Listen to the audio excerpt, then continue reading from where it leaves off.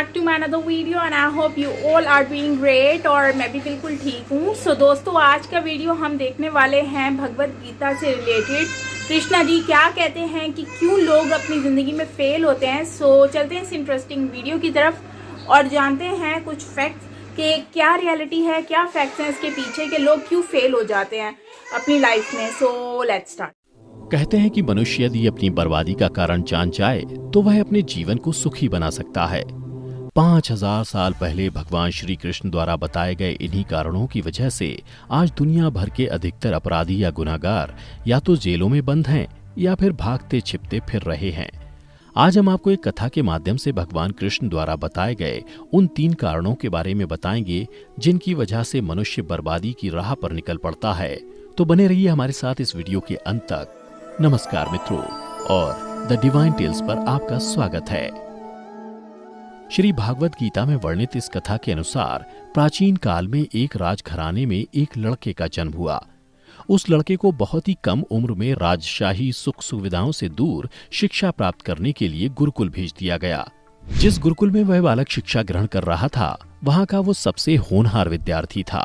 गुरुकुल में उस बालक ने सारे हिंदू वेद पुराण और शास्त्रों का अध्ययन किया, परंतु दुर्भाग्य से उस बालक की अभी गुरुकुल की शिक्षा समाप्त भी नहीं हुई थी कि उसके माता पिता और सभी भाई बहन एक प्राकृतिक आपदा में मारे गए। माता पिता और अपने भाई बहन को खोने के बाद वह बालक सांसारिक मोह माया से विरक्त हो गया और गुरुकुल से शिक्षा पूर्ण करने के बाद उसने प्रण लिया कि वह अपना संपूर्ण जीवन लोगों की भलाई में व्यतीत करेगा। उसके बाद वह बालक सन्यासी बन गया और वह सांसारिक वस्तुओं से दूर हिमालय के जंगलों में चला गया। फिर उसने वहां लंबे समय तक तपस्या की और तपस्या पूर्ण होने के बाद उस सन्यासी ने लोगों को शिक्षा देना आरंभ किया। समय के साथ साथ उस सन्यासी की चर्चा चारों ओर होने लगी और दूर दूर से लोग उससे शिक्षा प्राप्त करने और अपनी समस्याओं का समाधान खोजने के लिए आने लगे। सन्यासी सभी लोगों की समस्या बड़ी ही आसानी से सुलझा देता, जिस वजह से वह कुछ ही समय में पूरे राज्य में मशहूर हो गया। दुर्भाग्य से उस समय उस राज्य का एक राजा एक क्रूर व्यक्ति हुआ करता था। उसे जब इस सन्यासी के बारे में पता चला तो उसने सन्यासी से मिलने का निश्चय किया और अगली सुबह वह राजमहल से निकल उस सन्यासी की कुटिया जा पहुंचा। वहां पहुंचकर उसने उस सन्यासी से भेंट की, जिसके बाद एक चमत्कार हुआ।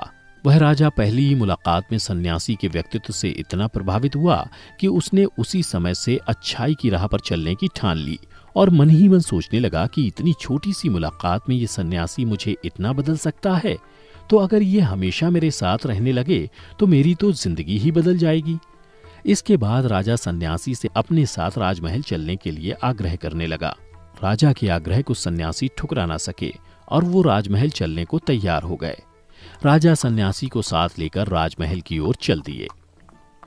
राजमहल पहुंचने पर सन्यासी का खूब आदर सत्कार किया गया और उसके बाद राजा ने सन्यासी को शाही कमरे में भोजन करवाया। भोजन के पश्चात सन्यासी ने राजा को धन्यवाद दिया और राजा से जाने की आज्ञा मांगी, जिस पर राजा ने सन्यासी से कहा, आप हमारे बगीचे में जब तक चाहें रह सकते हैं। आपको यहाँ किसी भी प्रकार की कोई असुविधा नहीं होगी। यह सुनकर सन्यासी ने राजा का प्रस्ताव स्वीकार कर लिया। उसके बाद राजा ने अपने सेवकों से कहा कि बगीचे में सन्यासी महाराज के रहने, खाने और वस्त्रादि का प्रबंध किया जाए। राजा की आज्ञानुसार सेवकों ने बगीचे में एक सुंदर सी कुटिया का निर्माण कर दिया। उसके बाद वो सन्यासी कई सालों तक उस कुटिया में रहे और इस दौरान राजा ने भी उनकी खूब सेवा की। परंतु कई सालों बाद एक दिन अचानक राजा और रानी को आवश्यक कार्य से दूसरे राज्य जाना पड़ा, लेकिन उन्होंने एक सेवादार को सन्यासी की सेवा के लिए नियुक्त कर दिया। परंतु वह सेवादार राजा के जाने के बाद बीमार पड़ गया और अपने घर चला गया और कभी लौटकर नहीं आया। ऐसे में सन्यासी को कोई भोजन देने वाला भी नहीं था।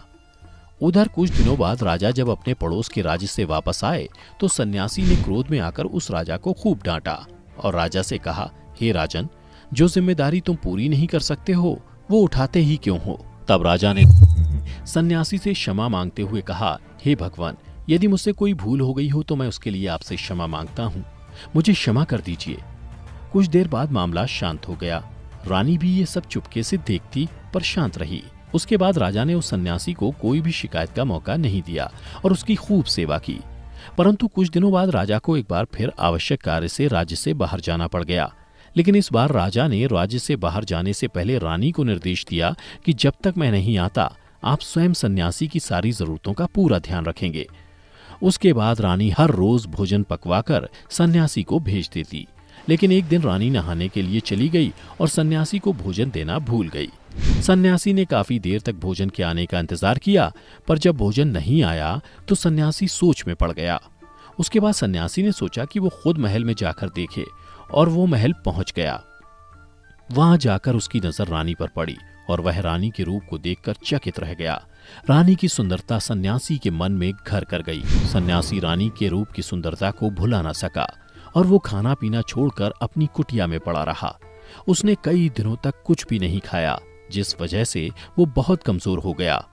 फिर कुछ समय बाद राजा वापस लौट आया और जब उसे सन्यासी के हाल का पता लगा तो वह सीधे सन्यासी के पास पहुंच गए और उन्होंने सन्यासी से कहा, आप बहुत कमजोर हो गए हैं और किस गहरी सोच में डूबे हुए हैं, क्या मुझसे कोई भूल हो गई है? तब सन्यासी ने राजा को बताया कि हे राजन, मैं आपकी रानी की अद्भुत सुंदरता के फेर में पड़ गया हूं और रानी के बिना जिंदा नहीं रह सकता। यह सुनकर राजा ने सन्यासी से कहा, आप मेरे साथ महल चलिए, मैं आपको रानी दे दूंगा। फिर राजा सन्यासी को लेकर महल चले गए। भाग्य से उस दिन रानी ने अपने सबसे सुंदर वस्त्र और गहने पहने हुए थे। राजा रानी के पास पहुंचे और कहा, आपको सन्यासी की मदद करनी चाहिए, वो बहुत कमजोर पड़ गए हैं और मैं नहीं चाहता कि किसी ज्ञानी पुरुष की हत्या का कलंक मेरे सर पर लगे। उसके बाद राजा ने रानी से पूछा कि क्या आप ये पाप अपने सर लेना चाहते हैं? तब रानी ने राजा से पूछा, सन्यासी के इस दुख का कारण क्या है? तब राजा ने कहा, सन्यासी आपकी अद्भुत सुंदरता के दीवाने हो गए हैं। यह सुनकर रानी ने कहा, राजन आप चिंता ना करें, मुझे पता है कि मुझे क्या करना है, जिससे ना तो आपके माथे पर एक सन्यासी की हत्या का पाप लगेगा और ना ही मेरी पतिव्रता धर्म नाश होगी। और फिर राजा ने रानी को सन्यासी को सौंप दिया। उसके बाद सन्यासी रानी को लेकर कुटिया पर पहुंचा तो रानी ने सन्यासी से कहा, हमें रहने के लिए घर चाहिए। यह सुन सन्यासी तुरंत राजा के पास गया और कहा, हे राजन, हमें रहने के लिए घर चाहिए। राजा ने उनके लिए घर का प्रबंध किया। सन्यासी रानी को लेकर जब घर पहुंचा तो रानी ने कहा, घर तो बहुत गंदा है और इसकी हालत तो बहुत खराब है। सन्यासी फिर राजा के पास पहुंचा और कहा, राजन आपने जो घर मुझे दिया है उस घर की हालत तो बहुत खराब है। तब राजा ने उस घर की हालत ठीक करवा दी। फिर रानी नहा धोकर बिस्तर पर आ गई और सन्यासी भी बिस्तर पर आ गया। उसके बाद रानी ने सन्यासी से कहा, क्या आपको पता है कि आप कौन थे और आप क्या बन गए? आप एक महान सन्यासी थे, जिसके लिए स्वयं राजा भी सारी जरूरत की वस्तुएं उपलब्ध कराते थे, और आज आप वासना के कारण मेरे गुलाम हो गए हैं। ये सुनकर सन्यासी को महसूस हुआ कि वो तो एक सन्यासी है जो अपनी सारी सुख सुविधाओं को छोड़कर शांति की तलाश में जंगलों में चले गए थे। सन्यासी जोर जोर से चिल्लाने लगा और रानी से कहा, क्षमा कीजिए, मैं अभी आपको राजा को सौंप के आता हूं। तब रानी ने प्रश्न किया, महाराज, जब उस दिन आपको भोजन नहीं मिला तो आप बहुत क्रोधित हो गए थे। मैंने आपका ये रूप पहली बार देखा था, तभी से मैंने आपके व्यवहार में परिवर्तन महसूस किया। तब सन्यासी ने रानी को समझाया कि जब मैं जंगल में था तो मुझे समय पर भोजन भी नहीं मिला करता था, पर महल में आने के बाद मुझे सुविधाएं मिली और मैं इसके मोह में फंस गया। मुझे इसके प्रति लगाव उत्पन्न हो गया और फिर इनको पाने का लालच हो गया, और जब मुझे ये नहीं मिला तो क्रोध उत्पन्न हुआ। सन्यासी ने बताया कि सच तो यह है कि अगर इच्छा पूरी ना हो तो क्रोध उत्पन्न होता है, और अगर पूरी हो जाए तो लालच बढ़ जाता है।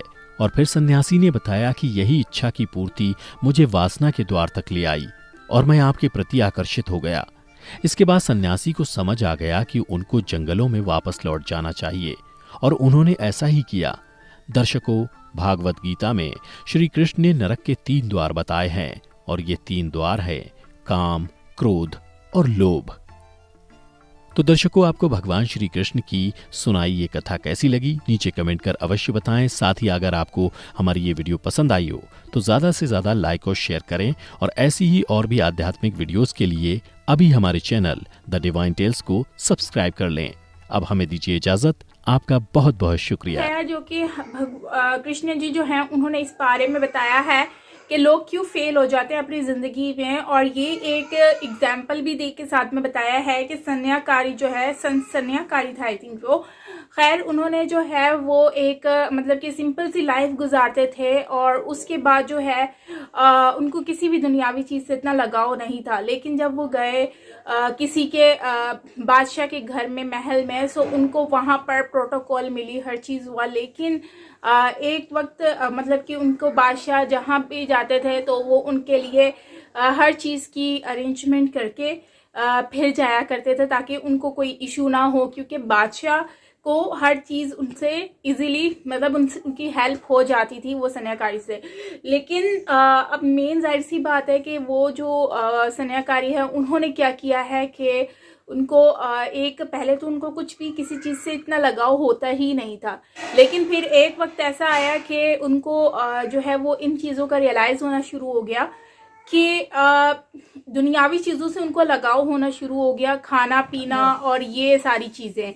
सो उसके बाद जो है काफ़ी चीज़ें चेंज होना स्टार्ट हो गई और उनको जो है वो रानी वहाँ पर जो बादशाह की वाइफ है वो उनको पसंद आ गई और उन्होंने क्या किया कि वो उनके पीछे जो है वो चल पड़े। मतलब कि उनकी ख्वाहिश में उन्होंने कुछ भी नहीं खाया। लाइक सीरियसली ऐसा होता है कि कोई ना खाए, मतलब कि किसी की वजह से, मतलब खैर ऐसा हुआ था। तो एनीवेज उसके बाद जो हमने ये सारी चीज़ें देखी हैं वो यही है कि इन्होंने अपनी लाइफ को मतलब कि उनकी लाइफ इतनी अजीब सी हो गई, कुछ खाना पीना भूल गए। लेकिन जाहिर सी बात है बादशाह उनको मना नहीं कर सकते थे, जिसकी वजह से उन्होंने सारी चीज़ों को जो है वो साथ लेकर चले। उन्होंने उनको बोला कि भाई ये सारी चीज़ें हैं आप करो और जो है वो फिर मैं से सही हो जाऊंगा, मतलब रानी को मेरे हवाले कर दो। तो इस तरह से बादशाह ने उसके हुक्म को समझते हुए और जो है वो उनको खुश करने के चक्करों में उन्होंने क्या किया, अपनी रानी उनको दे दी और उनके लिए घर का भी अरेंजमेंट कर दिया, हर चीज़ का।